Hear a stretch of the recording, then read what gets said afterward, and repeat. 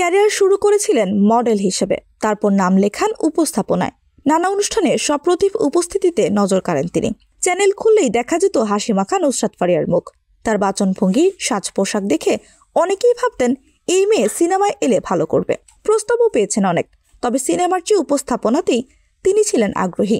কিন্তু ওই যে কথায় বলে, যদি থাকে নসিবে।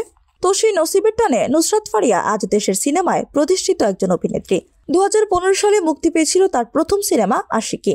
যৌথ প্রযোজনার সিনেমাটিতে নুসরাত ফারিয়া জুটি হয়েছিলেন কলকাতার অঙ্কুশের সঙ্গে। এরপর বেশ কিছু সিনেমায় কাজ করে তিনি দুই বাংলাতেই পেয়েছেন জনপ্রিয়তা।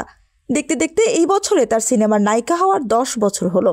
সেই তথ্য জানিয়ে জাজ মাল্টিমিডিয়ার কর্ণধার আব্দুল আজিজের সঙ্গে ফেসবুকে একটি পোস্ট করেছেন নুসরাত ফারিয়া। সেখানে লিখেছেন তার নায়িকা হওয়ার ছোট গল্পটা। নুসরাত ফারিয়া লেখেন, 2014 সালে কাতারে চ্যানেল আইয়ের সেরা কণ্ঠের গ্র্যান্ড ফাইনালেতে আজিজ ভাই আমাকে প্রথম পারফর্ম করতে দেখেনি, এর আগেও দেখেছেন। এরপর অনেকবার সিনেমার অফার করলেও ভয়ে রাজি হয়নি। 2015 সালে কলকাতায় বিজ্ঞাপন শুটে আবার দেখা। এরপর আমার প্রথম সিনেমা জাজ মাল্টিমিডিয়ার সাথে। 2025 সালে আমার সিনেমার ক্যারিয়ারে 10 বছর হবে। এই লোকটাকে ছাড়া এই স্বপ্ন কোনোদিনও পূরণ হতো না। আশপাশে অনেক কিছু বদলে গেছে, কিন্তু ওনার ভালো কাজ করার আগুনটা কমেনি। আজ 7 বছর পর দেখা, ঘরের মেয়ে ঘরে আসার মতো আনন্দ। আব্দুল আজিজের সঙ্গে দেখা হওয়ার প্রসঙ্গে বলেন নুসরাত ফারিয়া। আবারও জাজের সিনেমায় তাকে দেখা যাবে কিনা সেটা জানতে চাইলে তিনি বলেন, জাজ আমার কাছে অন্যরকম আবেগের একটি নাম।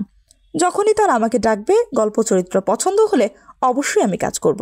সেই সঙ্গে 10 বছর পূর্তিতে আরও অনেক ভালো কাজ করে যাওয়ার প্রত্যয় ব্যক্ত করেন নুসরাত ফারিয়া। ধন্যবাদ জানান নিজের ক্যারিয়ারের সঙ্গে জড়িয়ে থাকা পরিচালক, প্রযোজক, সহকর্মী, ভক্ত সবাইকে।